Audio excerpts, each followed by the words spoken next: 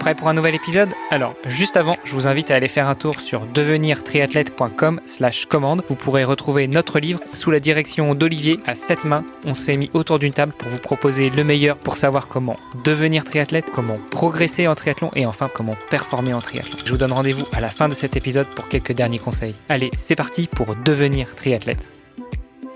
Salut les sportifs, c'est Armano et vous êtes dans un nouvel épisode du podcast Devenir triathlète. À mes côtés pour co-animer cet épisode, il y a toujours Olivier de Scooter, le fondateur de la marque Oana. Salut Olivier. Hello, salut Armano. Et notre invité cette semaine est Romain Gilloux. Bonjour Romain. Bonjour Armano, bonjour Olivier. Alors Romain, on est enchanté de pouvoir te recevoir. Il va falloir que tu nous en dises plus sur les fonctions que tu occupes et que tu affiches sur LinkedIn. Mais avant tout ça, nous avons une tradition dans ce podcast, c'est de laisser la parole à notre invité quelques minutes pour qu'il se présente. Donc dis-nous tout. Qui est Romain Gilloux? Alors, bon, je vais essayer d'être bref. Je suis pas super vieux, un petit peu quand même, mais bon, j'ai fait pas mal de choses depuis le début de ma petite vie. Alors du coup, je m'appelle donc Romain Gilloux, j'ai 35 ans. J'habite à côté de Lyon depuis un peu plus d'1 an maintenant. Avant, en fait, j'étais sur Clermont-Ferrand pendant pas mal d'années. Alors qu'est-ce que j'ai fait de ma vie? Alors depuis déjà chose très importante, depuis que j'ai 15 ans, en fait, je suis atteint de diabète de type 1, diabète insulinodépendant, donc j'ai besoin clairement d'insuline pour vivre, voilà, simplement. Et en fait, toute ma vie a tourné autour de ça au final, parce que c'est arrivé pendant mon adolescence, voilà, pendant mes études. J'ai toujours été très sportif, donc le diabète n'a pas arrêté le sport. Pour autant, j'ai continué le sport avec cette maladie, ce qui m'a beaucoup servi ensuite dans l'avenir. Ensuite, voilà, j'ai continué mes études, j'ai continué le sport. J'ai fait pas mal de sport. J'ai touché un petit peu à tout depuis tout petit. J'ai fait de la natation. J'ai même fait du foot. À 6 ans, je faisais du foot. Aïe. Ouais, mais non, c'était pas top. J'avais beaucoup de mal devant les buts à transformer l'essai. En général, j'avais le pied carré, donc je me mettais à côté. Donc j'ai assez vite arrêté. Donc ensuite, j'ai fait de la natation, j'ai fait un peu d'athlétisme et ensuite j'avais un copain qui faisait du vélo au collège avec moi et donc il m'a dit tiens, ça te dirait de faire du vélo. Donc j'ai dit allez, pourquoi pas le vélo, et puis finalement je me suis lancé dans le vélo. Donc j'avais, je pense, 10 ans et j'ai toujours été en fait super j'étais moyen. En fait, je suis un petit gabarit, je fais 1m60, donc je suis vraiment un petit gabarit. J'avais toujours un peu peur, surtout quand on est jeune, dans les catégories minimes, cadets. On a des gars qui font déjà 1m80. Moi, j'étais vraiment, je faisais 30 kilos, j'avais vraiment peur. Et du coup, j'étais moyen aussi parce que j'avais peur. Donc j'ai même arrêté le vélo en cadet 1 parce que les cadets 2, ils me faisaient peur. Ils étaient super grands, alors j'ai arrêté le vélo. J'ai dit non, je peux plus en faire, c'est pas possible. Et je me suis mis un petit peu au tennis. Attends, mais t'avais peur de quoi en fait? Parce que alors dans certains pelotons, ça va un peu au contact. C'était pour ça? Ou bien c'est juste parce que tu trouvais que les mecs, ils avaient de la puissance dans les jambes et que du coup, t'avais du mal à rivaliser? En fait, j'avais peur. Je dirais un petit complexe d'infériorité de base, de par mon petit gabarit autour d'eux dans le peloton. Et puis évidemment, à cet âge, quand tu fais 1m45 par rapport à un mec qui fait 1m70, 75, t'as moins de force, et du coup, ça va moins vite. Et du coup, c'était ça aussi. Et puis comme j'ai quand même été toujours compétiteur, ça m'embêtait quand même. Alors je me suis dit non, je vais pas continuer, ça m'embête de me faire lâcher chaque course, donc je préférais arrêter. Et finalement, ça m'a servi parce qu'en KD2, j'ai repris le vélo parce que finalement, j'avais fait un peu de tennis, mais c'était un peu comme au foot, j'étais pas au top et surtout au niveau du revers, j'étais pas très bon. Donc du coup, j'en ai fait vite fait une année, alors j'en faisais avec mon père et je me suis remis au vélo. Alors j'avais pas beaucoup grandi, mais j'avais pris un petit peu plus confiance en moi. Et là, je sais pas pourquoi, j'avais progressé et tout de suite, j'étais vraiment meilleur. Peut-être parce que j'étais KD2 et que les autres c'était KD1, j'en sais rien. Et du coup, je commençais à prendre vraiment beaucoup de plaisir sur le vélo et à partir de là, j'ai voulu vraiment me mettre à m'entraîner un petit peu plus, voilà, faire ça sérieusement. Et en fait, je suis arrivé en junior 1 ensuite, donc à 17 ans, quoi. Et là, j'ai intégré, en fait, j'étais toujours dans le même club, mais il y avait une structure de junior où on était sponsorisé par une belle petite marque qui s'appelle Look. Donc, Je connais pas. Tu connais toi, non, Olivier? je connaissais pas, j'imagine. Et donc, en fait, c'est ce que mon club, c'était le club cycliste de Varennes-Vauzelles en Bourgogne. Alors, c'est un club très connu dans la région Bourgogne-Franche-Comté parce que c'est la région de la famille Martinez. Je sais pas si vous connaissez, évidemment, Miguel Martinez, Yannick Martinez et le père Mariano Martinez. Et du coup, en fait, j'étais dans ce club-là.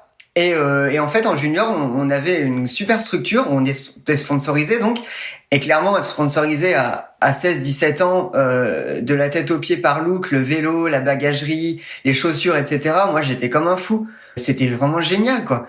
Et donc, ça m'a vraiment poussé à m'entraîner vraiment un peu plus. J'avais un entraîneur, donc c'était génial.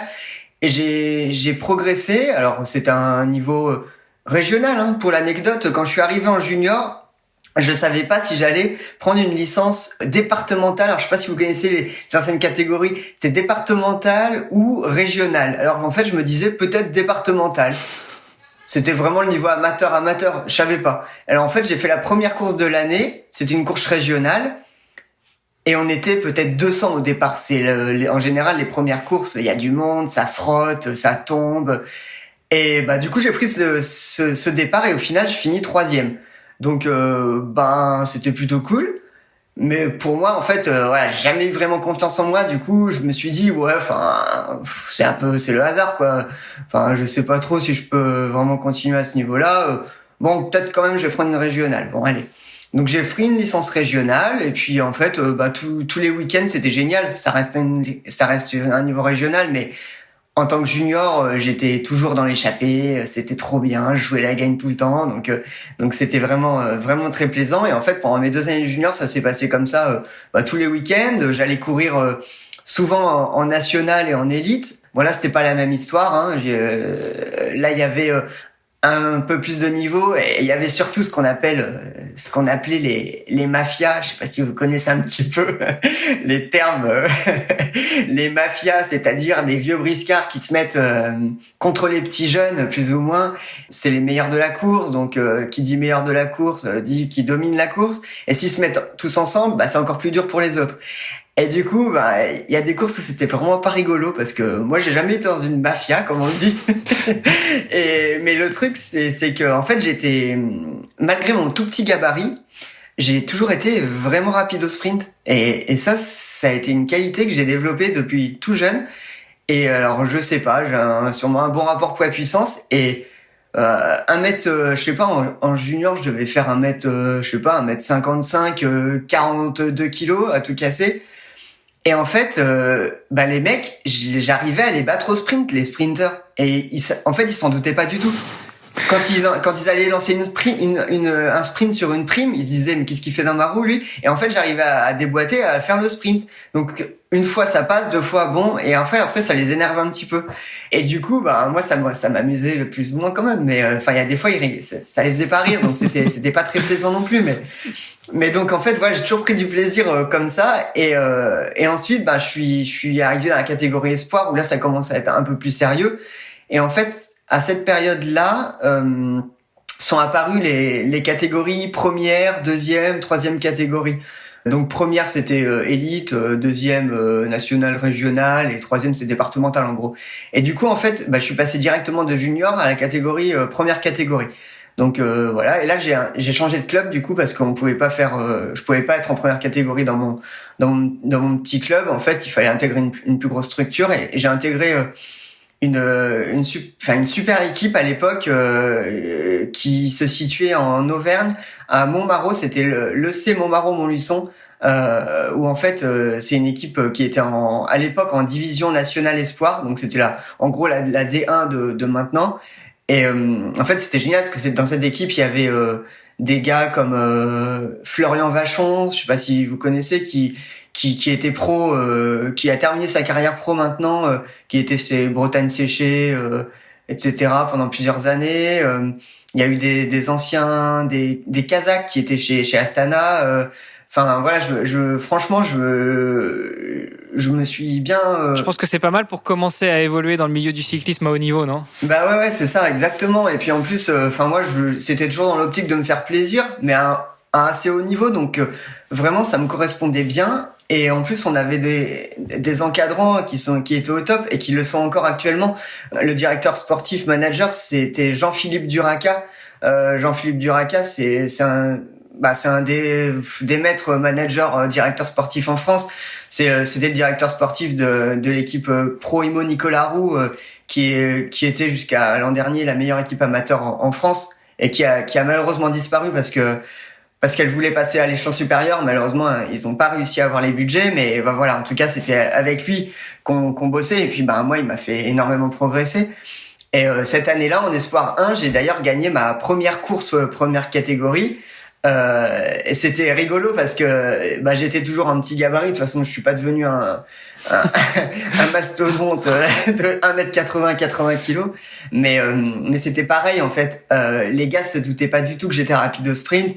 Et la course que j'ai gagnée, en fait, je suis arrivé au sprint, on arrivait à 2 et je suis arrivé avec un mec qui était logiquement le plus fort, mais il se doutait pas du tout de ma pointe de vitesse. Et en fait, je l'ai laissé faire, il m'a emmené. J'étais dans sa roue, il m'a emmené jusqu'à l'arrivée et je lui ai dit, en gros, à 400, 500 mètres de la ligne, quand je me suis retrouvé dans sa roue, en gros, je savais pas que j'avais gagné, mais j'avais envie de lui dire, merci de rester devant, tu m'emmènes là, c'est super sympa. Et du coup, c'est pareil, j'ai réussi à gagner. En plus, c'est marrant parce que j'ai gagné dans ma ville de naissance. Donc c'était à Nevers. Je suis né à Nevers, dans la Nièvre. Et c'était vraiment là où je voulais gagner. Donc voilà. Et cette victoire, tout le monde a toujours cru que je l'avais acheté à la mafia, justement. Parce que ce gars, il était souvent dans les mafias et donc voilà, en fait non, pas du tout. Donc voilà, voilà. Et tu t'es spécialisé dans les sprints, pourquoi? Tu t'es rendu compte un jour que tu étais bon là-dedans ou comment ça arrivé? En fait non, je me suis même pas spécialisé dans les sprints. J'ai toujours été très polyvalent. Donc je me suis spécialisé, on va dire, en rien. c'est difficile de dire ça parce que quand on est pas spécialiste en une chose, on est bon en rien en fait au final. Et du coup, en fait j'ai un peu un profil de puncher plutôt. J'aime les bosses raides et pas longues. Et moi, il me manque de la puissance pour tout ce qui est les grands cols par exemple à 4, 5, 6%. Moi, c'est super, c'est pas compliqué, mais je veux dire, quand ça commence à rouler vite à haut niveau, c'est très dur. Moi, des bosses à 10, 15% sur 1 kilomètre, 1 kilomètre et demi, moi j'adore. Enfin, ça c'est génial parce que je fais 50 kilos, quoi. Donc ça se prête bien à ton gabarit, quoi. C'est fait pour toi, quoi. C'est ça. Faut que tu viennes faire les murs en Belgique. On a ce qu'il faut. Ouais, s'il y a pas de pavé, ouais, ça va. Il y a pas des pavés partout non plus. Paris-Roubaix, c'est pas pavé tout le temps. Donc mais bon, en tout cas, je savais que j'étais rapide. Mais comment tu l'expliques que tu étais un bon sprinter? Parce que c'est vrai que pour ceux qui nous écoutent et qui seraient peut-être pas familiers avec les morphotypes de cyclistes. En général, le sprinter, c'est un Sagan par exemple, avec des bonnes grosses cuisses et voilà, un profil plutôt trapu, bien en chair, avec de la puissance, quoi. Ouais, en fait, de base, je l'explique pas du tout, j'en sais rien. Après, je pense quand même que j'ai des prédispositions en ayant un bon rapport poids-puissance. Donc déjà, ça aide. Après, je pense que de base, j'avais pas peur aussi de frotter, parce que ça, si t'as peur de frotter, surtout dans les derniers kilomètres, c'est mort. C'est sûr que tu restes à regarder et tu fais rien. Voilà. Et ensuite, grâce, je pense aussi à mon petit gabarit, j'arrive bien à m'infiltrer, à me faufiler entre les gars, quoi. S'il y a un mec il veut pas que je passe, le truc c'est que je passe en dessous de son épaule, en fait. Je passe sous ses coudes. En dessous du coude, quoi. Ah, ça, je connais aussi parce que moi, je suis pas très très grand et en triathlon, c'est vrai que ça aide pas mal. Mais c'est un peu contradictoire avec ce que tu nous disais au début quand tu nous dis qu'en KD1, t'arrêtes le vélo parce que finalement, t'as pas trop confiance en toi, tu te sens pas rassuré par rapport à des mecs qui font 2 voire 3 têtes de plus que toi. Et tu nous dis que dans les années qui ont suivi, justement, être plus petit, t'en as ressorti un petit peu une force parce que tu te faufiles plus facilement, tu passes plus facilement et puis à la fin, tu peux exploser parce qu'en fait, tu restes dans les roues et peut-être même que les mecs ils s'en rendent pas compte en fait. Donc, qu'est-ce qui, pour toi, pourrait expliquer ce changement de mentalité en dehors du fait que tu aies pris un peu plus confiance en toi ? Mais alors, confiance en moi, en fait, non, je pourrais pas dire ça parce que j'ai vraiment jamais eu confiance en moi, vraiment. Mais je pense que peut-être que justement le fait de ne pas avoir confiance en moi, mais par exemple pour aller jusqu'au sprint, je dirais pas que c'est facile, mais à une époque, on peut se dire, en fait, je vais me cacher jusqu'au sprint. On me voit pas, on fait pas attention à moi. En plus, ça tombe bien, on se doute pas que je suis rapide. Du coup, on fait vraiment pas attention à moi. Et puis, en fait, dans les derniers mètres, je déboîte et puis je gagne en fait, ou je fais une place, j'en sais rien. Mais je pense que c'est plutôt comme ça qu'il faut le voir. Le fait de se faire un petit peu oublier. Et puis d'arriver au final pour quelqu'un qui est rapide, c'est ça qu'il va chercher. Il va pas chercher à aller dans l'échappée ou à faire toute la course à appuyer comme un fou. Non, il va juste chercher à s'économiser, à aller dans les bonnes échappées et au final à conclure. Voilà. Donc je pense que c'est plus de la jugeote ou bien une présence d'esprit, plus à réfléchir qu'autre chose, quoi. C'est une question de stratégie de course. Ah quoi. oui, tout à fait. Ça c'est clair. Moi j'avais toujours été, je pense, assez connu pour être très stratège, à beaucoup réfléchir sur le vélo. Peut-être que d'autres réfléchissent, certains réfléchissent un peu moins et parfois ça marche parce que il y a juste besoin d'être fort et appuyer sur les pédales dans certaines courses. Mais la plupart du temps, il faut quand même avoir beaucoup de stratégie, surtout quand c'est pas le monde pro où là on a des trains, stratégie d'équipe, voilà, ça se passe comme ça. Quand c'est un petit peu du chacun pour soi, il faut vraiment être stratège parce que sinon on n'y arrive pas, quoi. Bon alors ça marche bien en vélo, quand effectivement tu dis tu te caches dans les roues et puis tu pars au dernier moment. Ça marche surtout bien au début, je pense, parce qu'après 4-5 courses, les mecs ils te voient arriver ou alors ils te scrutent justement. Par contre, alors je saute un peu du coq à l'âne parce que tu nous as pas encore parlé du reste de ta carrière, mais en triathlon, surtout en longue distance, ça marche beaucoup moins bien. On n'a pas le droit de se cacher dans les roues. Donc quelle est ta stratégie de course à ce moment-là ? Ah non, ça c'est vrai. Et d'ailleurs, c'est marrant parce que en fait, le triathlon, surtout longue distance, donc qui dit longue distance dit pas de drafting, vélo de chrono. Alors moi, clairement, ça, vélo de chrono, je connaissais pas. Jusqu'en, je sais pas, 2015, 2016, j'avais jamais eu de vélo de chrono. C'était hors de question que je fasse des entraînements de chrono, de toute façon j'étais pas bon. J'avais aucune puissance, pour développer des watts sur des longues périodes. Donc en fait j'étais pas bon. Moi quand on a sur les challenges nationaux, c'était juste là que je faisais des contre-la-montre, c'était les manches du challenge national en junior ou en espoir. Donc il y avait forcément un contre-la-montre. Et pour vous dire que j'étais stratège au point où en fait le contre-la-montre se trouvait après la première étape. Du coup ce que je faisais, c'est que avant de passer la ligne de la première étape, j'essayais d'arriver juste derrière quelqu'un qui était assez bon en chrono, ou plutôt bon, pour qu'il parte derrière moi au chrono, et qu'il me rattrape assez rapidement pour qu'ensuite je reste à 15 mètres derrière lui et que j'ai un sillage, comme ça dans ma tête j'étais plus fort. Et c'était souvent comme ça que ça se passait. Et du coup je m'étais pris 1 minute, mais se prendre 1 minute par un mec qui fait un très bon temps, c'est pas si mal que ça. Donc du coup ça se passait souvent comme ça, et voilà. Mais je le travaillais jamais, et voilà. Mais bon, évidemment par la force des choses avec le triathlon, je m'y suis mis. J'ai un vélo de chrono, je me suis mis à acheter du beau matériel.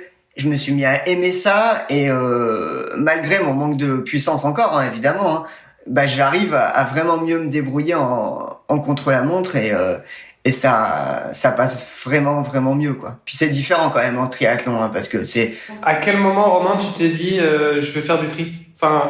Alors qu'a priori le vélo de triathlon, le contre-la-montre justement, c'est quelque chose qui c'était pas forcément à ton avantage. Pourquoi tu t'es dit je vais faire du triathlon? Bah alors en fait, du coup c'est dans la suite de un petit peu la suite de mon histoire parce que c'est venu parce qu'en fait dans la suite de ma vie en fait, le vélo était toujours une passion et je prenais toujours ça juste parce que ça me plaisait et en fait je m'étais toujours dit je continue le vélo mais au plus haut niveau amateur tant que je peux être performant tout en travaillant à côté. À un moment donné, si j'arrive plus à être performant, je vais pas arrêter de travailler, non, mais je vais pas non plus redescendre d'une catégorie pour faire du vélo à un niveau inférieur parce que je le concevais pas. Moi, je voulais juste en faire à haut niveau en faisant des places, c'est ça qui me faisait plaisir. Donc du coup, en fait, j'ai continué comme ça jusqu'à 30 ans. Et à 30 ans, donc je vous ai dit que j'étais diabétique. Et j'ai une équipe cycliste professionnelle qui m'a contacté, donc la seule équipe au monde à comprendre en son sein juste des diabétiques de type 1, qui est la team Novo Nordisk. Donc qui m'a contacté et qui voulait que je fasse un stage pour voir si je pouvais intégrer l'équipe. Sauf que moi, en ce temps-là, j'étais en CDI, j'avais un poste, j'étais posé quoi. Donc moi, je devais aller aux États-Unis pendant 3 mois pour même pas être sûr de passer pro. Alors en fait, moi, je lui ai dit non quoi. Je lui ai dit non, c'est pas possible. Moi, je peux pas prendre le risque. Et il m'a dit bon, ok, tant pis. Et en fait, 2 ans plus tard, il me rappelle. Donc là, j'étais encore en CDI, j'étais responsable communication en préfecture. Et là, il me redit la même chose, sauf que je lui ai dit ouais, mais là, je suis toujours en CDI, ça va être compliqué. Moi, il faudrait me proposer quelque chose d'autre. Par exemple, sur une course. Donc il m'a dit ok. On va te prendre à l'essai en tant que stagiaire sur une course, c'était List Bohemia Tour, c'était une course je sais plus 4 jours je crois, en République tchèque. Donc c'était au niveau Conti Pro je crois. Et là j'ai pris une semaine de vacances et je suis allé avec l'équipe Novo Nordisk faire cette course. Alors j'avais jamais couru avec les pros, rien du tout. Et j'y suis allé, première étape je fais 7e. Alors arrivé au sprint, ça tombait bien, bam 7e. Alors là j'ai halluciné. Mais comme j'étais potentiellement je pouvais être pro dans cette équipe, donc je leur montrais pas que j'étais comme un fou. J'ai halluciné de faire cette place. Pour moi, j'ai fait genre comme si c'était normal. J'ai dit moi je suis content de ma place, c'est bien. T'as fait le mec blasé quoi. Ouais, facile. En même temps, tu m'as contacté, c'était pour ça, voilà. En tout cas, c'était bien, mais voilà. Donc tout s'est bien passé. En plus, l'objectif c'était quand même d'être meilleur que les autres, quand même. Que les autres de l'équipe parce que fallait que je montre que j'avais ma place. Et après les autres étapes, elles se passent aussi vraiment très bien. Alors je sais plus au général, je fais pas de place, hein, je vais faire 35 40e, mais c'était vraiment déjà bien. Je crois c'était il y avait Charman qui est à Bora maintenant qui avait dû gagner c'était vraiment des mecs je les connaissais pas à l'époque mais qui étaient pas mauvais. Et là ils m'ont direct proposé un contrat. Limite dans la voiture, j'ai eu le manager au téléphone qui m'a proposé un contrat. Alors moi, je lui ai pas dit oui tout de suite parce que j'avais peur quand même. C'était un changement de vie. Passer de responsable communication derrière mon bureau. Bon, je fais du vélo quand même, mais à faire que du vélo. Alors là, j'ai dit je sais pas. Franchement, faut que je me pose la question. Donc j'ai déjà été demandé au préfet. Je lui ai dit est-ce que c'est une bonne idée ou pas parce que et lui, il m'a tout de suite dit non mais Romain, là vous allez faire de votre passion votre métier. Faut juste y aller parce que ça se représentera sûrement jamais. Et du coup, j'en ai parlé avec ma famille, etc. Et oui, j'ai accepté. Mais par contre, j'avais peur, vraiment. Clairement, donc j'ai tout arrêté d'un seul coup. Là, je suis allé habiter à Clermont-Ferrand parce que Clermont-Ferrand, pour moi, c'était un endroit super pour faire du vélo. Il y a un peu de tout. Il y a de la montagne, il y a du plat, il y a des parties vallonnées. C'est vraiment super. Puis il y a pas mal de mecs avec qui roulaient, d'un très bon niveau. Du coup, voilà. Et je suis arrivé aux premières courses. Ouais, j'étais à côté j'en souviendrai toujours. C'était à Majorque. J'avais Valverde, j'avais Greipel, Sagan et tout. Oh, j'étais à côté d'eux sur la ligne de départ. Je me dis, oh là là, mais je suis où là? Mais j'avais peur, parce que je me sentais pas bien, je me sentais pas forcément à ma place en fait, même si ça faisait 10 ans que j'étais au niveau élite, que j'avais fait des belles choses, mais non, j'avais peur. Et du coup, je n'osais même pas les doubler dans le peloton. Quand j'étais derrière des mecs je regardais le nom sur le vélo pour voir qui c'était quand même. Et en fonction, je doublais ou pas. C'était hallucinant. Et après, je me suis dit, non, mais Romain, vas-y, arrête, là. Ils s'en foutent de toi, ils te regardent même pas. Alors, fais pareil, fais ta course, quoi. Et du coup, c'était une étape toute plate. Les consignes de l'équipe, parce que là, on était quand même dans une équipe pro, il fallait respecter. On avait un sprinter et c'était de l'emmener au sprint, voilà. Et même si, franchement, dans le fond de ma tête, je savais très bien que limite, je pourrais peut-être faire mieux que lui, quoi. Mais pour moi, ils disaient pas, Romain, tu vas être le sprinter, parce que t'es pas un sprinter, quoi. Enfin, pour eux, j'étais en tout cas pas un sprinter. Et là, bon, j'avais un petit peu peur de frotter parce que chez les pros à ce niveau, quand même, ça rigole vraiment pas dans les 5 derniers kilomètres. Il y a des trains, c'est un truc de fou, hein, vraiment. Il faut vraiment débrancher le cerveau. Et moi, j'avais décidé avec mon coéquipier de me replacer au dernier moment parce qu'en fait, on passait plusieurs fois sur la ligne et il y avait des endroits stratégiques. Donc, je lui avais dit, là, en fait, tu te mettras derrière moi et à 2 kilomètres de l'arrivée, il y avait un rond-point à gauche. Avant le rond-point, il faut qu'on soit replacé. Et en fait, on a fait l'effort là, on s'est replacé. Et au kilomètre, je me retrouve placé, j'étais 7-8e, il était dans ma roue. Bon, pareil, 500 mètres de la ligne, virage à droite, j'étais toujours bien placé. Je commence à déboîter sur la droite pour essayer de encore mieux le replacer. Et je me retourne, il était plus dans ma roue. Du coup, je fais, mince, qu'est-ce que je fais, quoi? Et là, c'était ma première course pro, j'étais 500 mètres de la ligne, j'étais dans les 10. Je fais, mais je fais quoi? Je fais le sprint ou quoi, là? Du coup, je savais plus quoi faire. Et là, il y avait une courbe. C'était un petit peu humide parce qu'il avait plu pendant la course. Et là, vague devant moi, je tombe. Alors, du coup, j'étais vraiment dégoûté parce que j'étais persuadé, pour ma première course pro, je pouvais faire dans les 10, quoi. 10, 15, j'en sais rien, mais par là, quoi. Et en fait, au final, je tombe, je me fais un petit peu mal, mais sans plus. Je m'en souviens, il y avait un gars de Cofidis qui était tombé juste derrière moi, il s'est cassé la clavicule, alors moi j'étais trop mal, j'avais l'impression que c'était de ma faute et tout. Et au final, en fait, je me suis fait engueuler parce qu'en fait, à 300 mètres de la ligne, quand je tombe, je m'étais pas relevé et puis j'avais rien à faire là. En fait, j'aurais dû me relever avant pour laisser la place au sprinter. Ouais, du coup, je me sentais mal. Donc en fait, j'ai dit, je suis désolé, oui, en effet, mais c'est que je lui disais, mais c'est que parce que t'étais plus là, donc je me suis dit que peut-être que c'était à moi de faire le sprint, je savais pas, donc, ils m'ont dit, c'est pas grave, c'est ta première course, bon. Et, s'en est suivi, pas mal de courses. Après, j'ai fait Tirreno Adriatico, donc, ma première course World Tour, pour le coup, c'était encore une autre marche, parce que là, c'est un autre niveau, hein, c'est World Tour, quoi. Donc là, on n'a rien au-dessus. Et mon objectif, c'était de prendre une échappée, et j'ai été dans l'échappée dans l'étape de montagne. Ah, alors que tu viens de nous dire que la montagne, c'est pas ton truc. Là...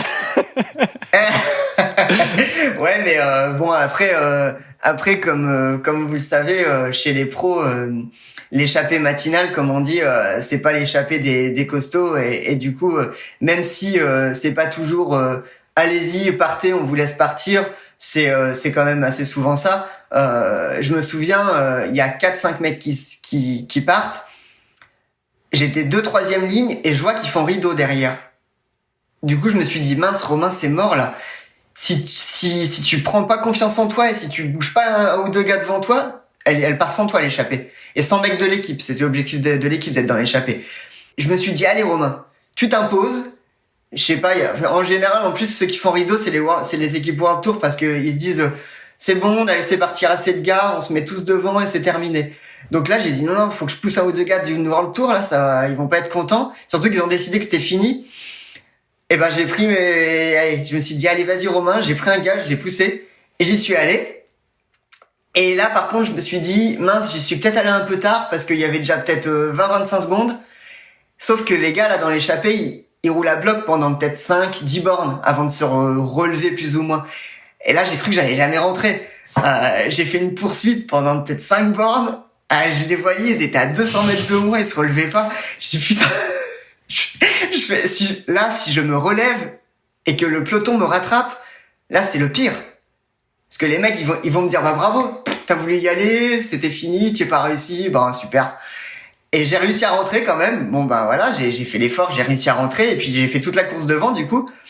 Et en fait, on s'est fait reprendre, c'était normal, hein. Mais le truc, c'est que mon directeur sportif, à peut-être 30 bornes de l'arrivée, il me dit, Romain, vous avez 9 minutes d'avance. Ça se trouve, va falloir penser à autre chose, là. Parce que ça se trouve, ça va aller au bout, cette affaire. Du coup, j'ai dit, alors j'avais peur, je dis, non, mais non, c'est pas possible. En plus, ça arrive au sommet. Mais il me dit, ouais, mais il y a beaucoup d'avance quand même. Et en plus, on passait à la télé. Donc moi, c'était mon objectif, c'était, avant tout, c'était, d'être encore dans l'échappée lorsque la télé allait arriver. Parce que la télé, évidemment, c'est pas le Tour de France. Là, c'est pas dès le départ qu'ils prennent l'antenne. Ils prennent l'antenne à 60 bornes de l'arrivée. Et l'étape, elle devait en faire 200. Donc, fallait quand même tenir pendant 100, 130, 140 bornes. Ça roulait fort. Les mecs, ils se relevaient jamais. Ça m'énervait parce qu'on avait de l'avance. J'ai envie de leur dire, les gars, levez le pied un petit peu parce que c'est bon, quoi. En plus, je me rappelle, il y avait, je sais plus comment il s'appelle, un mec de la Quick Step, là, un Italien qui gagne pas mal de courses en ce moment, qui y est depuis 2 saisons là-bas. Je sais plus son nom. Et il était dans l'échappée avec moi.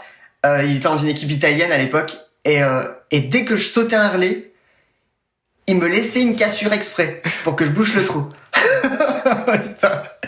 Du coup, j'ai sauté 2 relais, je pense, parce que après je pouvais plus, quoi. Sinon, j'allais me faire lâcher, parce que sinon, si je bouchais pas le trou, il accélérait en injection et en fait, il me laissait dans la pampa. Donc voilà. Et du coup, en fait, on s'est fait rattraper au pied du dernier col et au final, je sais plus, ça devait être Quintana qui a gagné. Et en fait, de cette échappée, je m'en suis pas remis. J'ai eu, je sais pas, c'est pas à cause de l'échappée, je pense, mais j'ai eu un virus juste après l'étape. J'ai été malade. J'ai pas pu manger du tout le soir. J'étais vraiment malade. A priori, c'était un truc qui a atteint pas mal de gars du peloton parce qu'il y a pas mal de gars qui ont abandonné à cause de ça.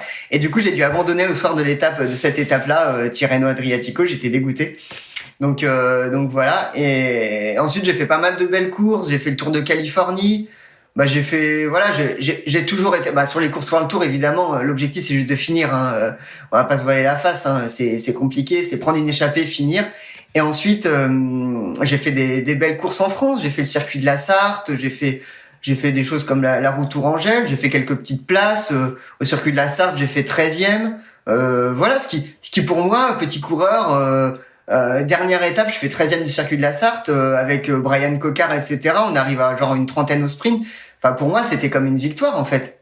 J'étais tellement heureux, alors que tu mets d'autres mecs qui font genre top 15 à cette course, comme, je sais pas, moi, Lilian Calmejane, le gars, il va dire, c'est quoi ça? C'est rien, c'est nul. Enfin, moi, j'étais tellement trop heureux. Donc, voilà. Bon, attends, mais parce que du coup, ça répond pas à la question, là. C'est à quel moment que tu t'es mis au triathlon et pourquoi? Justement, je voulais en venir là parce que ensuite, donc ça c'était la première saison et après en fait début de deuxième saison, il y a eu un souci qui est apparu. J'avais des vertiges. Je sais pas pourquoi. Je pensais que c'était la fatigue. Alors je levais le pied un petit peu, 1-2 jours, ça allait mieux. Et ensuite c'est arrivé. J'étais au Tour d'Abu Dhabi. J'avais des vertiges tout le temps. J'arrivais plus à rouler droit en fait. Et du coup, je devais faire Milan-San Remo juste après. Et pour moi, c'était mon objectif. Milan-San Remo, c'est quand même une course mythique. Et je voulais pas le dire à personne pour faire Milan-San Remo. Sauf que le week-end d'avant Milan-San Remo, j'étais sur une course en Italie. Et là, ça allait plus, quoi. J'arrivais plus à rouler droit. Du coup, j'ai dû le dire au médecin. Et là, je savais très bien que ce serait la fin pour moi.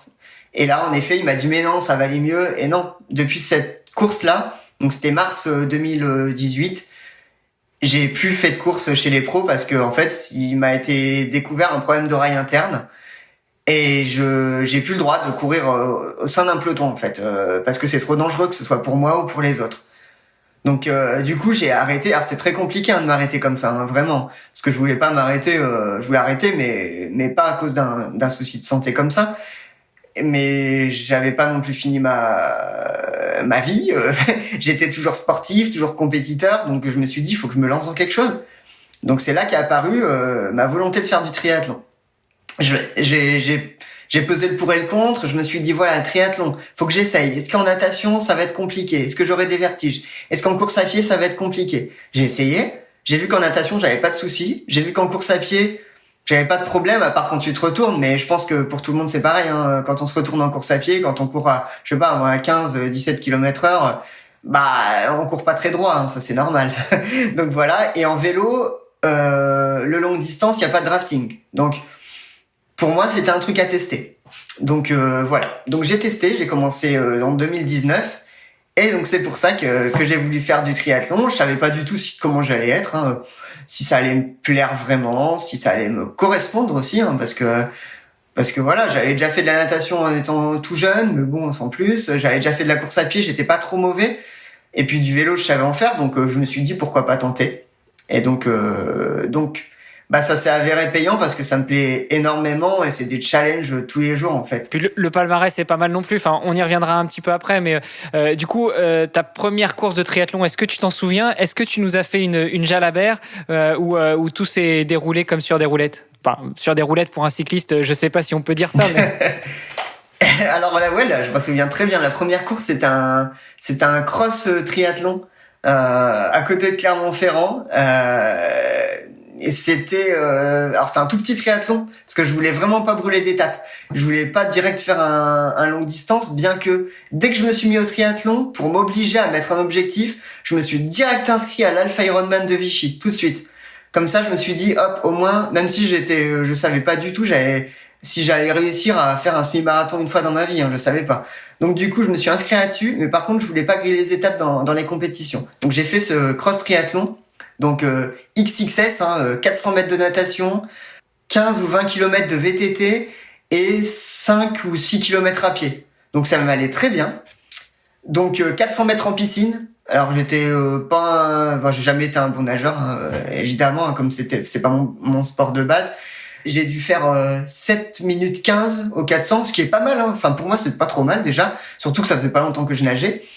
Ensuite, tout s'est bien déroulé, pas trop mal, et je finis 3e en fait. C'était un petit cross triathlon, mais c'était mon premier quoi, donc j'étais content. Je finis 3e, c'est trop cool.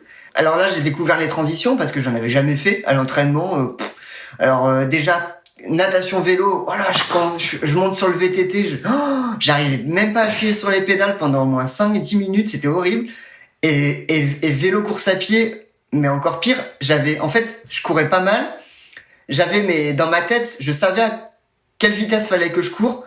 Pour moi, je m'étais dit, sur 5-6 bornes, je peux courir environ en 3,30. Au tout début, c'était ça en 2019, du coup.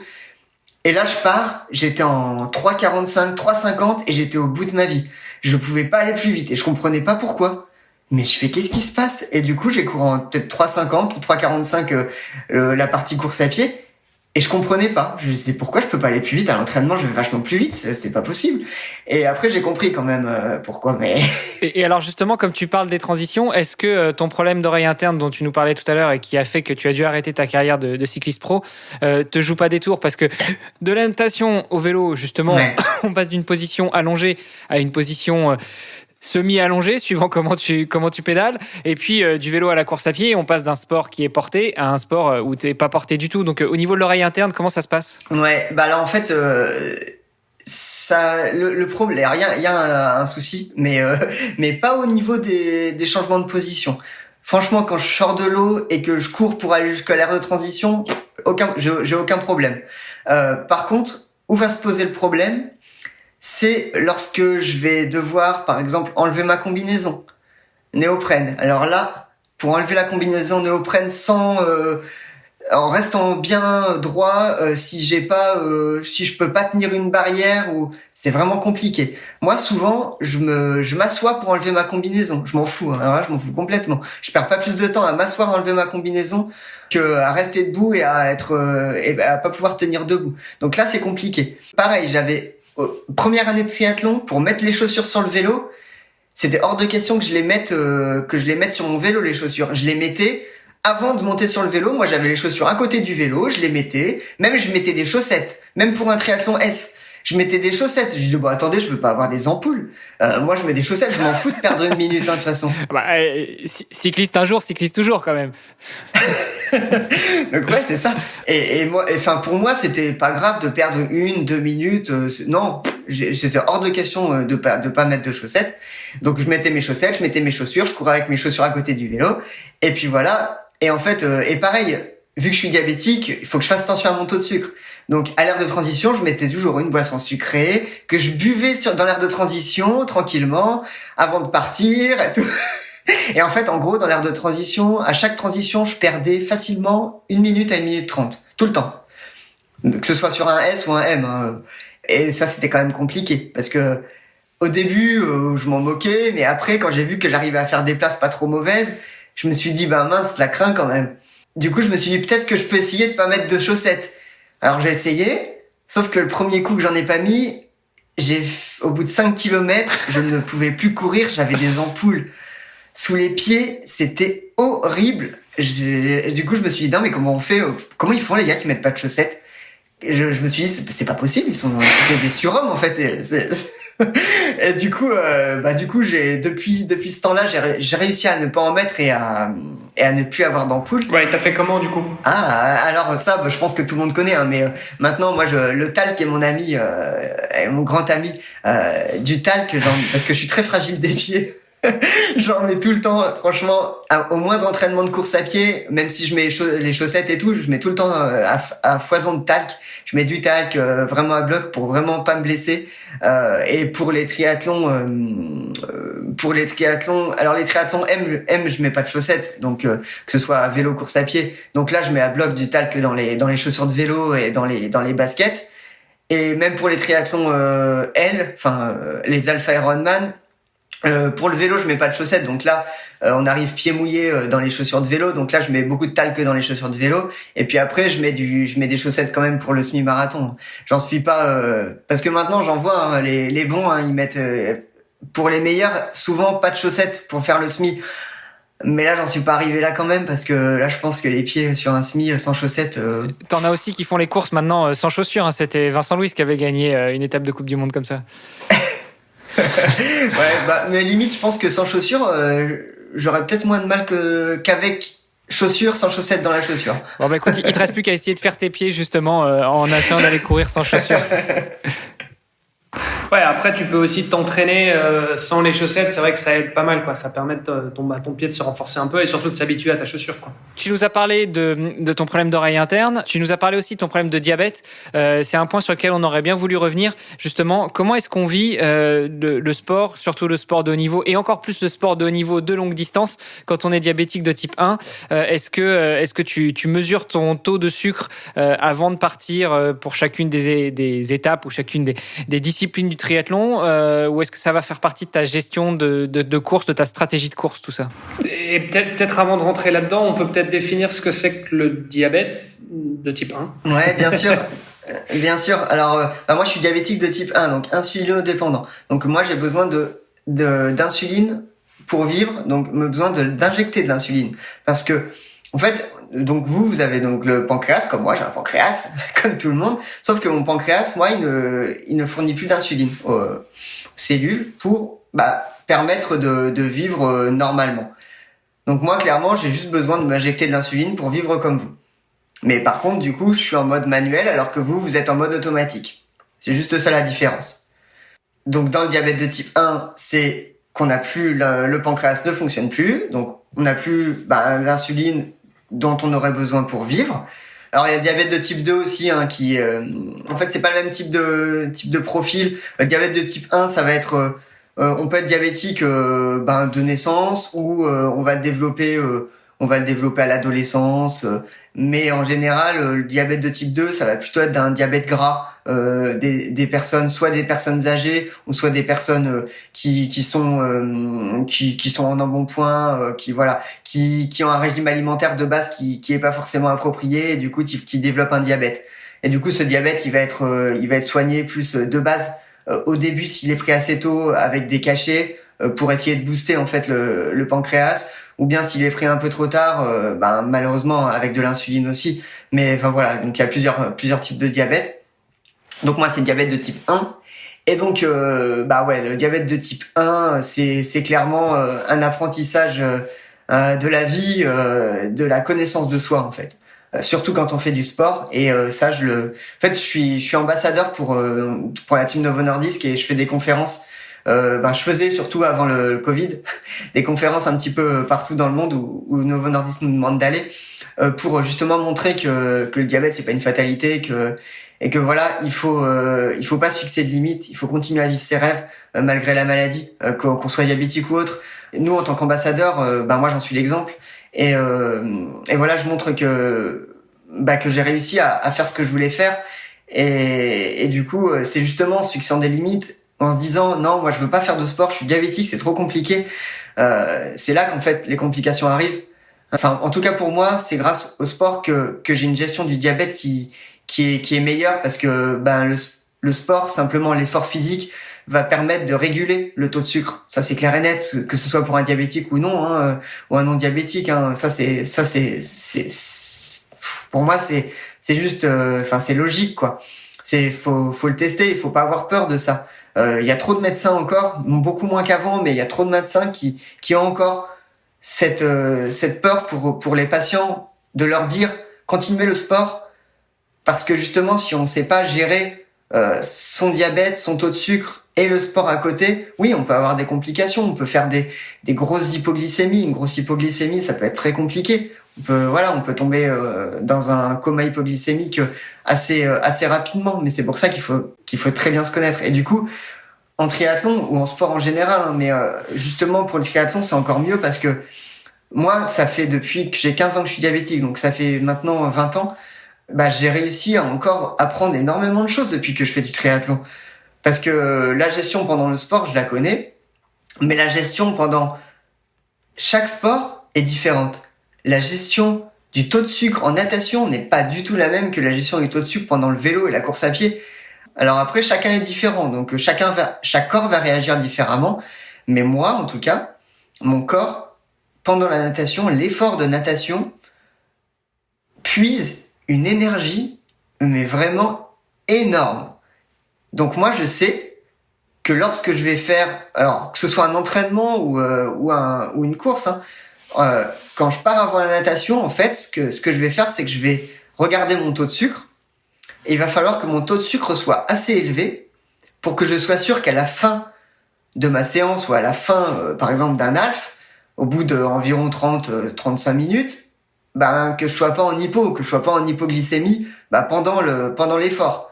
Ça, c'est vraiment très très important. Et je suis certain que même si je pars avec un taux assez élevé, je vais arriver sur le vélo, mon taux sera revenu à la normale, voire même un petit peu bas. C'est indispensable de faire ça, pour moi en tout cas. Ensuite, pour le vélo, en fait, lorsque je vais arriver sur mon vélo, je vais avoir un petit lecteur où je vais avoir tout de suite mon taux de sucre qui va m'être donné. Alors, quand je sors de l'eau, évidemment, il va pas se connecter tout de suite à mon vélo, parce qu'il va falloir un petit temps de latence pour qu'il se reconnecte à l'appareil, mais au bout d'environ, je dirais 5 minutes, il va se reconnecter, il va me dire à combien je suis. À partir de ce moment-là, je vais pouvoir réagir en fonction. Moi, c'est pas comme une personne lambda je vais pas me dire dans tous les cas, toutes les 15 minutes, je vais prendre tant de grammes de glucides, et puis c'est tout. Non, moi je vais vraiment réagir en fonction de mon taux. Donc là, je vais le regarder régulièrement pendant l'effort. Alors évidemment, sur un Alpha Ironman, je dirais 2 heures sur le vélo, en fonction des profils, mais 2h30, 2h30 d'effort. Il y a des besoins qui sont les mêmes pour tout le monde. Moi, je vais pas prendre un gel, par exemple, je vais pas prendre de gel énergétique directement au bout de 5 minutes de vélo. À part si je me sens vraiment en hypoglycémie et que je suis vraiment bas. Là, j'aurais pas le choix que de prendre vraiment du sucre vraiment rapide pour me resucrer tout de suite.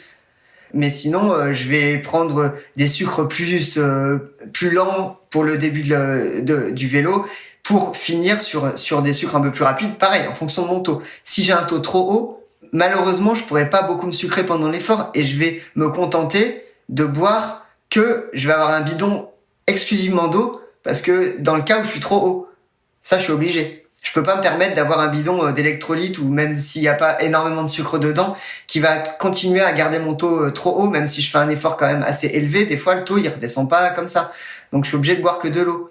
Donc c'est comme ça. Ouais, tu nous disais que tu as découvert ton diabète quand tu avais une quinzaine d'années. Est-ce que c'est des symptômes liés au diabète qui ont fait que vous avez fait des examens, enfin tu as fait des examens et du coup le coup près est tombé ou est-ce qu'il y avait déjà des faisceaux, notamment dans ta famille est-ce qu'il y avait déjà des gens qui étaient malades et du coup c'est un suivi régulier que tu as fait? Alors ouais, en effet, le diabète de type 1 peut être génétique, mais moi pas du tout. Dans ma famille, j'ai aucune personne qui est diabétique. On a recherché, même dans les grands-parents, personne. Donc en fait, on s'est demandé pourquoi, mais en fait on sait toujours pas à l'heure actuelle. On s'en est rendu compte parce que à l'époque, donc j'étais cadet et sur les courses, au bout d'environ 20 kilomètres, j'avais des crampes. Et c'est pas normal, quoi. Je m'entraînais quand même, donc au bout de 20 kilomètres des crampes, il y a un souci quelque part. Donc moi, je pensais que j'avais, je sais pas, une petite carence en quelque chose. Je sais pas, j'avais jamais fait vraiment de prise de sang. Donc du coup, je suis allé chez mon médecin. Il m'a prescrit une prise de sang. Et en fait, tout allait bien, tout était normal, à part la glycémie. Donc je m'étais rendu compte de rien jusqu'à cette prise de sang où la glycémie était très élevée. Mais sauf que j'avais jamais été malade de ma vie. J'ai toujours été en top santé. Donc quand on m'a dit ça, j'ai dit c'est quoi ça, la glycémie? En plus, à 15 ans, c'était en 2001. Enfin, je connaissais rien, quoi. Donc on m'a dit, t'es sûrement diabétique. Mais c'est quoi ça? Enfin, je sais même pas ce que c'est le diabète. Et sinon, ça se soigne comment? Ça part quand? Ah ouais, mais non, c'est une maladie que tu auras sûrement, enfin que tu vas avoir à vie. Mais c'est pas possible. Enfin, moi, je suis pas malade. Non, on va refaire la prise de sang. Non, c'est pas possible. Ils ont dû se tromper. Et donc, on a refait la prise de sang. C'était la même chose, hein, évidemment. Donc c'est comme ça qu'on a découvert. En fait, c'était un peu le hasard. Mais finalement, un hasard chanceux, quoi, parce que j'ai pas eu de problème. Parce que souvent. Des diabètes sont découverts à cause de coma hyperglycémique ou bien des personnes maigrissent énormément, ont envie d'aller aux toilettes vraiment souvent, la bouche pâteuse, enfin voilà, c'est des signes d'hyperglycémie ça. Mais moi non, j'avais rien, donc ça a été découvert au tout début, je pense. Donc ça a été une chance. Et alors, pendant l'effort, comment tu fais pour gérer ta glycémie? C'est-à-dire, c'est quoi? C'est un patch que tu as au niveau de l'épaule, c'est ça? Qui est connecté à ton GPS ou à ton téléphone? En fait, ouais, c'est un patch qu'on met, on peut le mettre au niveau de l'épaule. Moi, je l'ai au niveau du bas du ventre, où en fait qui est connecté à un petit appareil. Moi, je l'ai sur mon téléphone pour la vie de tous les jours, mais pendant les Alpha Ironman, je prends pas mon téléphone. Du coup, j'ai mon appareil qui est mis. Alors ça dépend. Au début, alors, c'est pareil. Maintenant que j'essaye d'être à la minute près pour essayer de gagner du temps. Avant, je le mettais sur mon vélo et ensuite je l'enlevais de mon vélo, je le mettais sur ma ceinture, mais ça me perdait un peu de temps. Du coup, maintenant, je le mets direct sur ma ceinture et en fait, je regarde mon taux de sucre très régulièrement pour voir comment je me situe dans mes zones, en fait. Alors, quand tu parles de la ceinture, tu parles de ta ceinture porte-dossard? Ceinture porte-dossard, oui, bien sûr. Ok, et donc c'est quoi? C'est un petit écran sur le device que tu peux regarder, c'est ça? Ouais, c'est ça, c'est un écran et en fait sur cet écran, j'ai mon taux de sucre qui est donné à l'appareil toutes les 5 minutes. D'accord. Ok. Sans que j'ai rien à faire. Et en fait, ça me donne des tendances aussi. Ça va me dire si je suis stable, si mon taux est en train de monter vraiment de manière tranquillement, ou soit ça monte énormément, soit ça baisse énormément. Comme ça me permet d'anticiper les chutes du taux de sucre. Comme ça, avant une hypoglycémie, je peux savoir que dans 10 minutes, je vais être en hypoglycémie, donc il faut que je me sucre tout de suite. Ça, c'est très intéressant. Et le fait que tu n'aies pas, que ton pancréas ne génère plus d'insuline, est-ce que justement, si tu te sucres trop, tu peux aller au-delà, tu peux aller en hyperglycémie et dans ce cas-là, générer d'autres problèmes? Donc, encore une gestion, une stratégie à adopter? Ouais, ça m'arrive. Hein. Oui. Alors, des fois, on sait même pas pourquoi le corps va réagir comme ça. Parfois, avec l'adrénaline avant une course, on peut être en hyperglycémie. Rien que ça. Moi, l'an dernier, avant l'Alpha Ironman de Vichy, j'ai fait deux M et je comprenais pas. J'avais mon taux de sucre qui était haut. Je comprenais pas et en fait, des fois on sait pas et parfois en effet, lorsqu'on monte en hyperglycémie, pour que ça rebaisse. Alors logiquement, nous, pour que ça baisse, qu'est-ce qu'on fait? On s'injecte de l'insuline.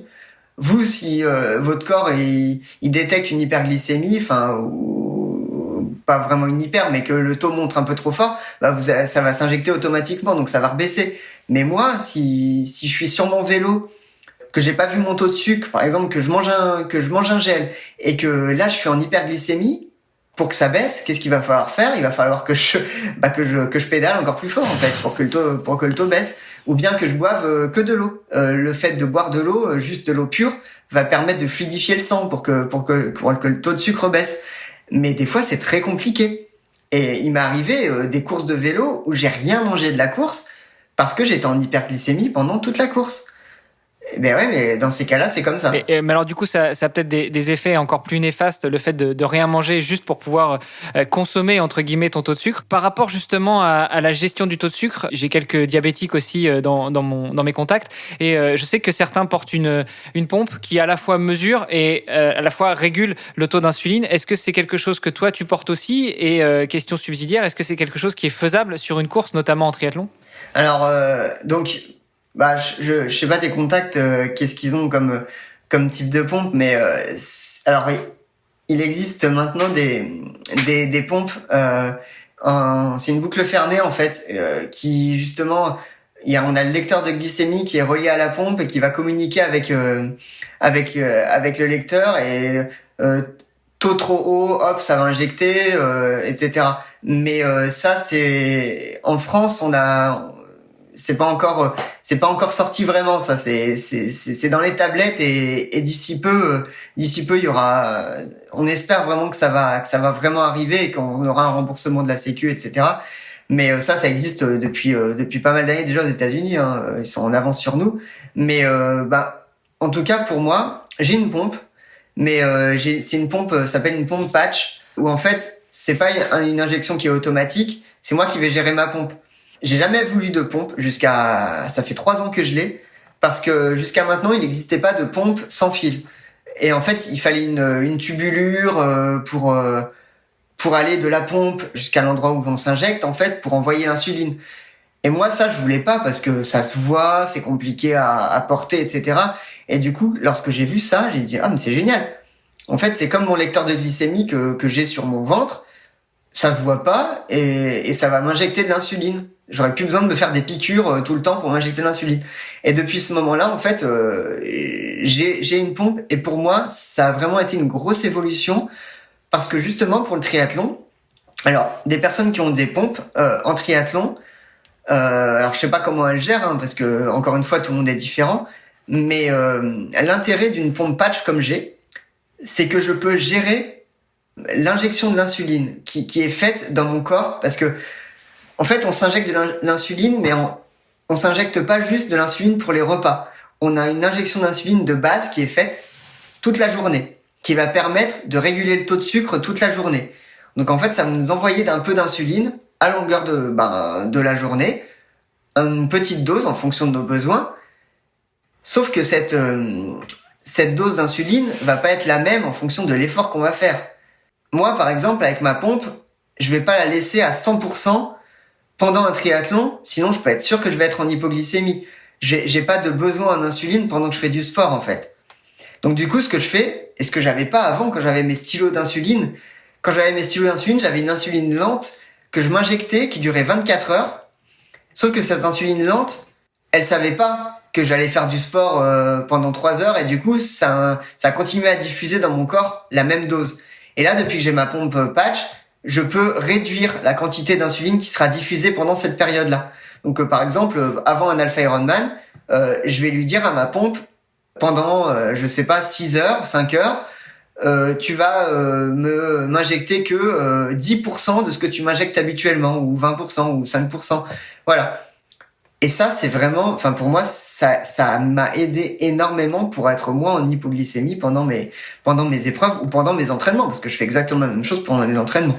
Et c'est génial. Donc, ce qui fait que tu dois en plus manipuler ta pompe pendant que tu es sur le vélo ou en course à pied. Non. Ça c'est avant la course. Avant la course, je règle ma pompe pour lui dire que ce soit, si c'est un M, pendant 2h30 ou 3 heures, je compte large pour être sûr, tu me fais moins, et puis comme ça, elle se remet en route après. Mais pendant la course, je touche à rien. D'accord, c'est une pompe qui est autonome et que tu peux régler à distance, mais aussi programmer en termes de diffusion. Tu n'es pas obligé d'avoir toujours l'appareil dans la main pour pouvoir pour lui dire maintenant tu mets plus ou maintenant tu mets moins. Si je veux mettre plus à l'instant T, si je vais être obligé de l'avoir dans la main. Mais pendant le triathlon, je vais pas régler. Ouais. Okay. Et niveau alimentaire, il y a des... T'as un régime particulier ou en fait non, tu manges de tout, tu manges ce que tu veux et puis après tu régules juste en amont? Non, en fait j'ai pas de régime alimentaire drastique vraiment. En fait, en tant que diabétique, il faut juste manger sainement. J'ai envie de dire comme en tant qu'une personne normale qui a envie d'être normale et qui a envie d'être en bonne santé, il faut juste être sain dans un corps sain, dans un esprit sain. En fait, pour toute personne et encore plus un sportif, il est bien de manger sainement et voilà, avoir des régimes alimentaires, c'est bien. Mais pour moi, en fait, pour avoir le meilleur équilibre glycémique possible, en fait, je vais gérer mon alimentation en fonction de mon taux de sucre et je me connais, je sais tel aliment, quelle incidence il va avoir sur ma glycémie. Je sais très bien comment ça va fonctionner sur moi. Du coup, je connais les aliments à manger ou pas, quoi. Voilà, c'est simplement. Mais j'ai pas un régime vraiment alimentaire précis que je vais respecter à la lettre pour être au top. Non. Alors, tout à l'heure, quand tu disais manger sainement, je pense que tu voulais surtout faire référence à l'alimentation préparée, voire transformée, et donc avec tous les sucres et les minéraux qui sont parfois cachés, dont on n'a pas forcément conscience, alors que quand tu te prépares toi-même à manger avec les aliments bruts, c'est quand même beaucoup plus facile à gérer en termes d'apport. Ah oui, ça c'est clair. Ça c'est clair. Après, par exemple, des choses super simples, mais moi je sais que maintenant je mange plus du tout d'aliments blancs. Tout ce qui est pâtes, pain, ça a une incidence. Mais ça par contre, c'est pas juste pour moi. Ça c'est pour tout le monde pareil. Et ça vous le savez. Tout ce qui est complet sur la glycémie, ça va avoir une incidence. En clair, les pâtes blanches ou le pain blanc, c'est du sucre rapide. C'est pas des sucres lents. C'est blanc un peu parce que c'est dû aussi à la couleur du sucre, mais... Voilà, simplement. Non mais oui, et ça a une incidence, mais ça c'est clair. Je sais pas si vous avez testé, parce que du coup maintenant, vous pouvez tester les lecteurs de glycémie en continu et plus facilement parce que c'est sur le marché, mais ça a une incidence, mais claire et nette. Mais pour moi, si je mange, je sais pas moi, 80 grammes de pain blanc ou 80 grammes de pain complet ou de pain noir, moi mon taux il va rester stable ou bien ça va faire un pic énorme avec la même quantité. C'est fou, c'est vraiment fou. Et pourtant, ça fait des années et des décennies qu'on nous dit que le matin, il faut manger, 2 tartines un bout de baguette ou 2 tartines de pain blanc avec de la confiture et un jus d'orange, tu vois. En fait, c'est une bombe de sucre et c'est vraiment le pire truc que tu devrais faire pour prendre ton petit-déj, quoi, parce que ça fait exploser ta glycémie et t'es parti pour faire une hypoglycémie réactionnelle par la suite et d'avoir un gros coup de barre à 11h et donc de truer sur des snacks et des trucs. Enfin voilà, c'est un petit peu... et malheureusement, ça fait partie, j'ai envie de dire, de l'influence aussi de l'industrie agroalimentaire qui pendant des années nous a dit que c'était le petit-déj idéal alors qu'en fait, non.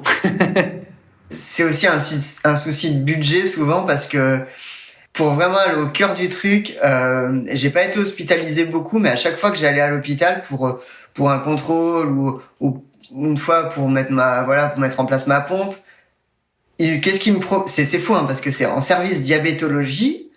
Qu'est-ce qu'il me propose pour le petit déj ou les repas? Du pain blanc. Le pain blanc de base, les biscottes de base, mais voilà, c'est juste parce que ça coûte moins cher pour eux et puis en fait ils s'en foutent. Mais c'est quand même fou, quoi. Moi, à chaque fois que j'y vais, je leur dis mais c'est hallucinant quand même. Ouais, puis après, ce qu'il faut voir aussi, c'est que 100 grammes de pain noir ou de pain complet, ça tient pas au corps de la même manière que 100 grammes de baguette. Donc ça, je pense que c'est aussi quelque chose qu'il faut voir. Mais on n'est pas forcément là pour parler recettes.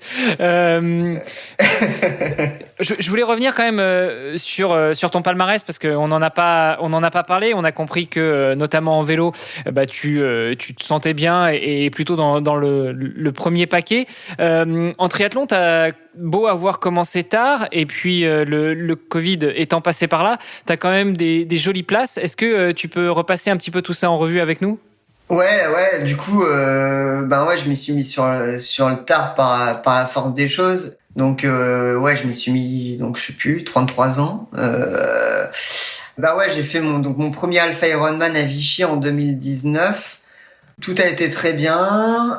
Donc là, à Vichy, en 2019, il y avait des pros au départ. Donc, je coupe pas en général, il y a 40-45 pros. C'était déjà un rolling start à la base. Et en fait, j'ai posé le vélo. J'ai été super étonné parce qu'en fait, je suis parti au rolling start en natation.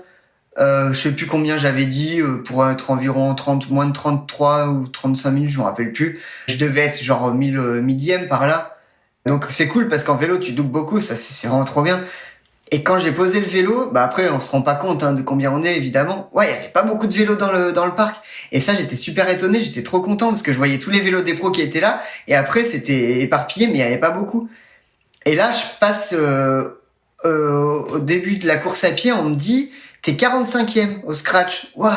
Donc là, j'étais trop content, j'ai halluciné quoi. Donc c'était cool quoi. Donc et je finis le premier, c'est 2 tours de 10 bornes à Vichy. Je finis le premier tour, on me dit t'es 35e. Donc avec les pros. Donc là les pros ils étaient partis mais je m'en fous quoi. Ils étaient partis avant nous, je m'en foutais complètement. Et donc là je fais putain, c'est trop bien quoi. Sauf qu'au deuxième tour, j'ai eu un petit souci parce que je vous en ai pas parlé, mais en tant que cycliste, vous l'avez dû le connaître, ce fameux problème de TFL.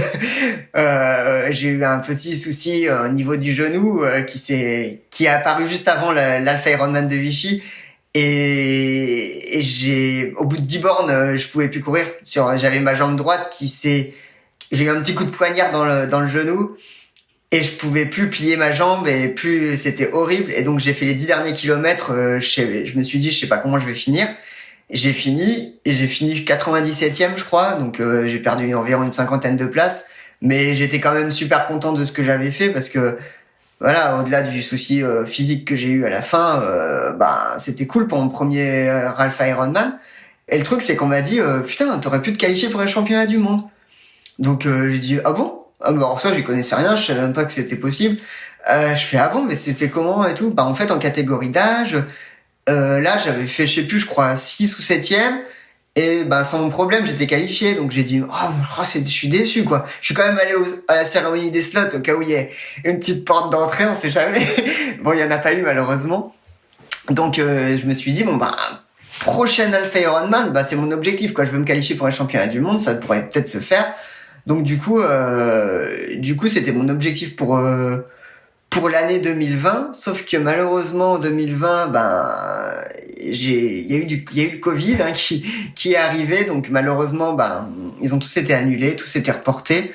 Donc j'ai juste pu faire des M. Et franchement, je crois que il doit pas y avoir beaucoup de personnes, je crois, en France qui ont fait autant d'épreuves. Je sais plus combien j'en ai fait, mais j'en ai fait plein. Tout ce que j'ai pu faire, j'ai fait. Et j'ai fait en fait, j'ai validé mes progrès parce que j'ai vachement progressé. En natation, pas trop, mais surtout en course à pied, en fait. Donc, du coup, objectif, c'était 2021, essayer de mettre en place ce que j'avais fait dans les entraînements en 2020. Et en 2021, donc j'avais objectif championnat du monde, être qualifié. Et j'ai fait l'Alpha Ironman de Vichy, donc qui est pas très loin de la maison, donc c'est plutôt cool. Plus c'est une belle épreuve quand même. Où là, malheureusement, c'était pas ouvert aux pros cette année, et ça a été plutôt pas mal. Malheureusement, en fait, à Vichy, je sais pas pourquoi, j'ai toujours un problème au bout de 10 bornes. Là, j'ai pas eu un problème de TFL, j'ai eu un problème d'hypoglycémie cette année. Oh mon Dieu. C'est dommage pour un diabétique. Normalement, t'es quand même censé gérer ton taux. Ouais, franchement, ouais. Mais en fait, comme c'était ma première grosse épreuve depuis longtemps, je pensais que physiquement j'étais juste pas au point et je pensais que c'est juste que mon corps n'en pouvait plus. Et au bout de ça allait, franchement, le premier tour ça se passait vraiment pas mal. J'étais en 3,40, 3,45 au kilomètre pendant les premiers 10 kilomètres et c'était ce que je m'étais fixé et j'étais vraiment à l'aise. Donc c'était vraiment cool. À chaque fois que je voyais des gens au bord, j'étais là, ouais, ça se passe bien, c'est cool et tout. Et sauf qu'au bout de 10 km, je voyais mes allures, elles descendaient. Alors je dis, bah Romain, t'en peux plus, quoi. Je vois mon entraîneur, je lui dis, bah je suis mort. Et en fait, d'un coup, je me suis dit, mais Romain, t'es bête ou quoi? T'es en hypo. Sauf que mon appareil, il avait pas encore, je l'avais pas regardé parce j'étais pas encore en hypo. J'étais en phase de descente, mais grosse descente. Donc mon corps, il était déjà en hypo, mais mon appareil, il avait pas encore ressenti. Donc du coup, j'ai dit, mais t'es bête, franchement, arrête-toi au ravito. Je me suis arrêté au ravito au bout de peut-être 12 bornes. J'ai pris 2 verres de coca. J'en ai bu 2 d'affilée. Alors, ça a pas été mieux tout de suite, hein. J'ai marché. Au ravito d'après, c'est cool, à Vichy, il y en a plein partout des ravitos. J'en ai pris un autre, hop, 2 verres de coca encore. Et là, d'un coup, ça a commencé à aller mieux. Et là, j'ai commencé à reprendre des allures parce que là, j'étais en 5,30, 6. Enfin, c'était horrible, hein. J'arrivais même plus à mettre un pied devant l'autre. Et du coup, ça commence à aller mieux. Je courais en 5, 4,45, 4,30, 4,20, 4,15. Sauf que c'était fini, quoi. Donc c'était terminé, mais j'étais content parce que je commençais à aller mieux. Et au final, j'ai réussi à faire 25e quand même. Mais enfin, c'est pas mal, mais j'aurais fait dans les 10, quoi, si ça avait été normalement jusqu'à la fin, quoi. Donc bon. Comme quoi, c'est bien la preuve pour ceux qui se posaient la question que les sodas, il y a un petit peu de sucre dedans quand même. Ah ouais, ça c'est clair que oui, c'est sûr que les sodas, il y a beaucoup de sucre et ça ne retient qu'une personne, hein, en rien de temps. Ça fait pas que du bien, mais. Bon, et ça, c'était ta dernière course alors? Alors non, c'était pas ma dernière parce que du coup, je me suis quand même qualifié grâce à cette place finalement parce que j'ai fait 4e et il y avait que 3 slots. Et là, pour moi, c'était la première épreuve qualificative, je crois, pour les championnats du monde 2022. Donc pour moi, les 3 premiers allaient prendre le slot, c'était sûr. J'y suis allé quand même. Et là, il me fallait juste un refus pour que je puisse l'avoir. Et là, le premier, il dit non, je le prends. Alors en plus, les mecs, les 2 premiers, ils étaient présents à la cérémonie. Mais je me suis dit, les mecs qui sont là, bah ils vont prendre le slot, hein. Et là, le premier dit non, je le prends pas. Bah là, du coup, j'étais trop heureux, c'était bon, quoi. Et le deuxième, il dit moi, je le prends pas non plus. Bon. Et là, le troisième, il était pas là. Donc, en fait, c'était moi le premier qui prenait le slot. Donc, limite, j'étais déçu, quoi. C'était trop facile. T'as pris les 3, quoi. Pratiquement. Ah, ce fameux roll down. Et donc, du coup, une fois que t'as ton ticket en poche, t'as ta qualif pour les championnats du monde, qu'est-ce qui se passe? Du coup, je m'étais quand même inscrit 3 semaines après à l'AF de Nice. Parce que je m'étais dit, on sait jamais, si je me qualifie pas à Vichy, je pourrais faire Nice et peut-être me qualifier. Je savais pas, parce que Nice, c'est quand même encore une belle épreuve. Bon, donc je suis allé à Nice quand même. Et finalement, sans pression, rien du tout, à Nice, j'ai réussi à faire une super course et j'ai gagné ma catégorie d'âge. Donc là, en fait, j'avais déjà le slot, donc je l'ai refusé. Donc c'était cool pour les gens. Donc là, c'était le 4e sur le podium qui était content parce que toi, tu refusais ton slot. C'est exactement ça. Et puis puis c'est cool parce que en fait, Nice, ça m'a permis de mettre en place une autre stratégie. Où à Vichy, je me suis loupé, où j'ai fait une hypo. Du coup, je me suis dit à Nice, ça va pas se passer comme ça. Il faut que j'arrive à bien gérer ma course à pied. Et du coup, en fait, ce qu'il y a, c'est qu'à Vichy, je voulais pas m'arrêter au ravito pour pas perdre de temps. Mais en fait, c'est complètement idiot. Parce que je me ravitaillais pas, et puis c'est pas ce qu'il faut faire sur un Alpha Ironman. Et du coup, à Nice, je me suis dit, à chaque ravito, à Nice, je crois qu'il y en a un tous les 1,5 km, tu t'en fous, tu t'arrêtes. Et en fonction de mon taux, évidemment, mais quand même, à chaque ravitaillement, je m'arrêtais, je prenais un demi-verre de coca et un verre d'eau. Tout le temps. Et je marchais pour être sûr de bien boire ce qu'il fallait. Je m'arrêtais carrément, je marchais, je buvais tout et je repartais. Et c'est trop marrant parce que je suis... Tu repartais à fond de balle, du coup, j'imagine. Non, je me remettais dans mes allures, simplement.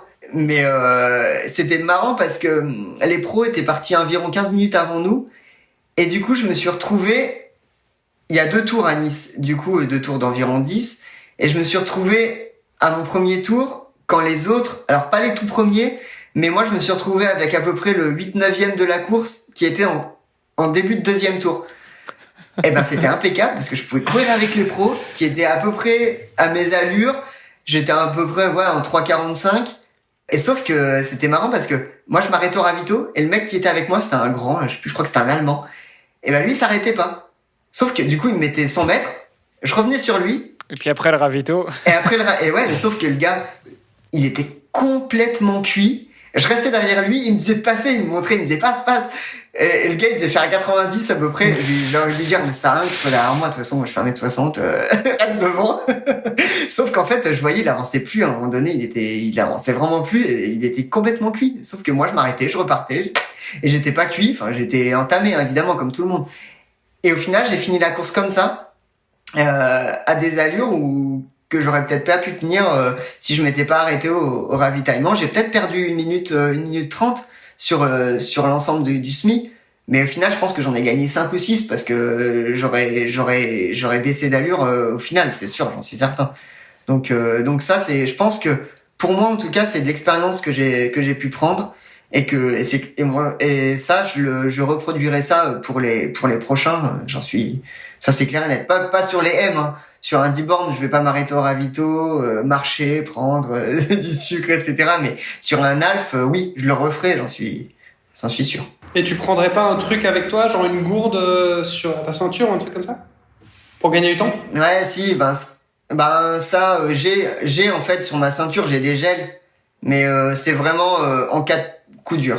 Je préfère parce que sur ma ceinture, oui, je pourrais avoir d'autres stratégies, en effet, pour essayer de pas perdre de temps. Mais je pense que ça, franchement, ça dépend des gens, mais pour moi, en tout cas, marcher pendant 5 secondes, ça me permet de me requinquer et ça va mieux et je repars, je suis pas frais, mais ça m'a fait du bien, quoi. Bon, en fait, quand tu fais une compète, tu fais un fractionné, quoi. Ah, c'est marrant parce que moi, ça me casse complètement dans mon rythme, quoi. Bah voilà, c'est ça. Pour des gens, ça permet de faire comme un fractionné, ça fait du bien, et pour d'autres, ça casse complètement le rythme. Ouais, c'est propre à chacun. Après Nice, quels sont les objectifs et puis où est-ce que tu vas aller concourir pour les championnats du monde pour le ticket que tu as eu l'année dernière? Après Nice, les objectifs, vraiment c'est fin octobre prochain, donc être au mieux pour déjà être au mieux pour y aller, mais déjà y aller parce que ça c'est pas gratuit d'y aller. C'est bien de se qualifier, mais ils nous le donnent pas le slot, c'est payant. Faut le savoir. On en a déjà parlé avec certains invités qu'on a reçus qui avaient été à Hawaï. Effectivement, tu montes sur le podium, tu prends ton slot et puis en même temps tu donnes ta carte bleue aussi. C'est ça en fait. Malheureusement avec Ironman, en fait ils sont contents d'avoir des bons athlètes qui ont les slots, mais en fait si les 15 premiers de la catégorie on va pas voulu le slot, ils s'en foutent que ce soit le 20e et qu'il ait mis 7 heures à faire l'alf. Ils s'en moquent parce qu'il va payer, il va y aller. Donc c'est un peu triste. Donc du coup déjà je vais essayer de pouvoir y aller, récolter assez d'argent ou assez de partenaires pour pouvoir je recherche toujours des partenaires pour pouvoir y aller à ces championnats du monde.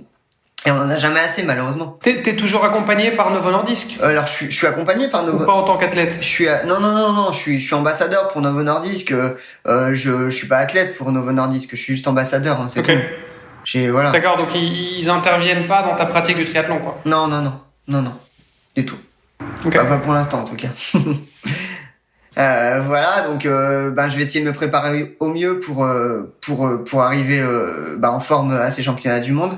Je me suis inscrit pour l'Alf, c'est pas un Alf, c'est un longue distance de Cagnes sur mer début juin. Donc je vais faire ça, ensuite je vais faire l'Alf de Vichy fin août. Et ensuite, je vais pas, non, de toute façon, Nice, je crois pas que c'est pas la même période là, mais je vais pas en refaire avant les championnats du monde. Je vais faire des M entre temps. Mais voilà, c'est tout. Écoute, je crois que le pire qu'on puisse te souhaiter, c'est effectivement déjà de pouvoir y arriver et puis ensuite de faire la course parfaite et éventuellement de performer parce qu'un petit podium là-bas, ce serait pas mal pour démontrer encore une fois que diabétique et sport sont pas antinomiques. Ouais, c'est sûr. Ouais. Après, j'ai pas regardé dans ma catégorie ce que je pourrais. Honnêtement, oui, j'aimerais faire un podium dans ma catégorie. mais j'ai pas regardé vraiment ce qu'il fallait faire en temps, etc., ce qui était vraiment faisable ou pas. Je suis toujours dans une démarche de progression, que ce soit... En fait, en vélo, j'ai levé le pied complètement. Du coup, je me suis contenté de ce que je savais faire, mais je peux progresser en vélo. En course à pied, je progresse de mois en mois, je progresse.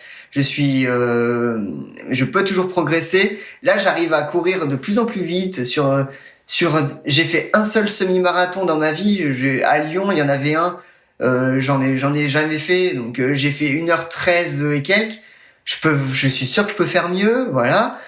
Sur 10 bornes, j'ai fait un 10 bornes, labellisé, pour voir. Enfin, en fait, juste avant, j'en ai gagné un qui était assez dur, un peu moins de 33, mais j'étais sûr de pouvoir faire moins. Là, le labellisé, j'ai fait 32. Voilà, et je suis sûr que je peux faire encore moins. Donc voilà, c'est cool. Je progresse. J'aime voir en fait que les entraînements payent. J'ai pas forcément envie d'aller faire des séances de VMA. J'en sors là. Je viens de faire une séance de piste là juste avant. Franchement, c'est trop dur. C'est horrible. Mais bon, ça fait progresser, donc c'est pour ça qu'on les fait. Hein. Alors peut-être juste pour terminer, tu disais tout à l'heure que tu recherches toujours des partenaires, notamment pour aller au championnat du monde.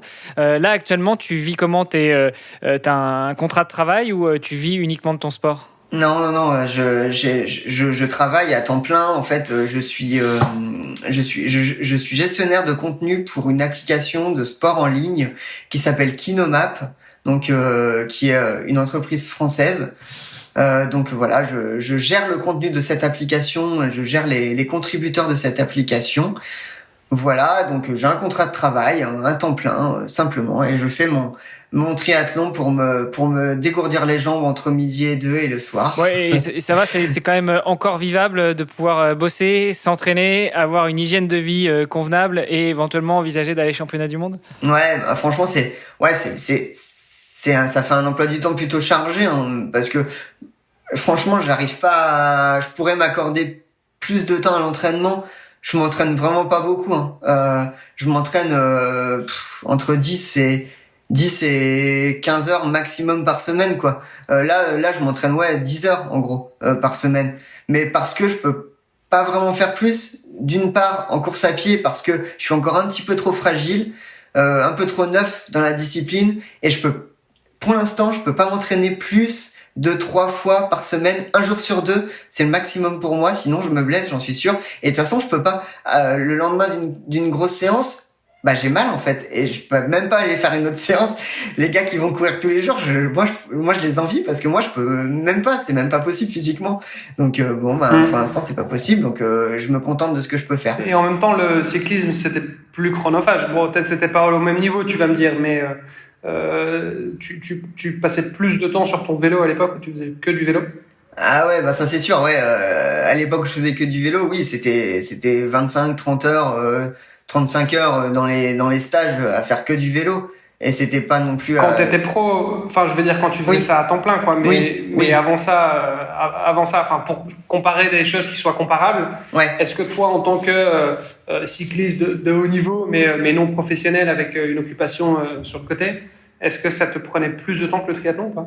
Non, en fait, quand je faisais du vélo à haut niveau, je pense que ce qui me permettait de continuer le vélo à haut niveau, c'était la récupération, vraiment. Et j'avais vraiment mis l'accent sur la récupération parce que je pouvais pas bosser entre 35 et 40 heures par semaine et faire 25 heures d'entraînement derrière. Je pourrais le faire, c'est sûr, mais je suis sûr que j'aurais pas tenu 10 ans au haut niveau. Je me contentais de faire 10 heures d'entraînement qualitatif et j'arrivais le week-end assez frais en ayant fait les bases quand je pouvais les faire l'hiver et pendant toutes mes saisons que j'avais fait avant. Et grâce à ça, j'arrivais à me maintenir à ce niveau-là. Mais moi, je pense que j'aurais fait une erreur si je m'étais dit vas-y, entraîne-toi comme un fou, 20-25 heures avec le boulot. Non, je me serais tué en fait. Donc non, je m'entraînais pas plus en fait. Je m'entraînais autant et différemment. Et là, en fait, les entraînements que j'ai avec le triathlon, vous le savez, hein, c'est différent parce que ça permet de bosser différentes filières, que ce soit en natation, course à pied ou vélo, c'est complètement différent. Et c'est ça qui me permet de pouvoir quand même m'entraîner, parce que moi je trouve qu'en 10 heures d'entraînement, je trouve que je m'entraîne quand même beaucoup, j'ai l'impression. Enfin, quand j'y vais, je me dis, allez, j'y retourne encore, et là encore, et j'y vais 2 fois par jour. Et c'est bien déjà.